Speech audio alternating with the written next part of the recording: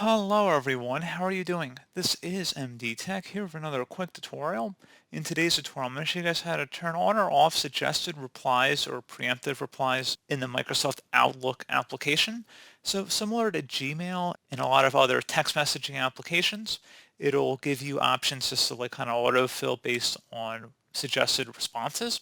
So if you want to turn it on, just kind of see if you like it or not, and you're welcome to turn it off down the road if you choose to do so. I'm going to show you guys how to modify that setting. And without further ado, let's go ahead and jump right into it. So all you have to do is select the File tab, and then go down and select Options. Select Mail up at the top left.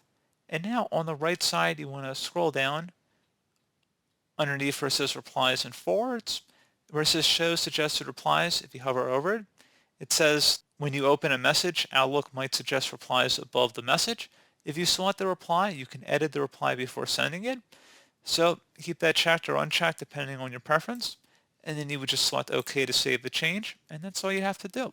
So pretty straightforward process, guys. I do hope I was able to help you out. And I do look forward to catching you all in the next tutorial. Goodbye.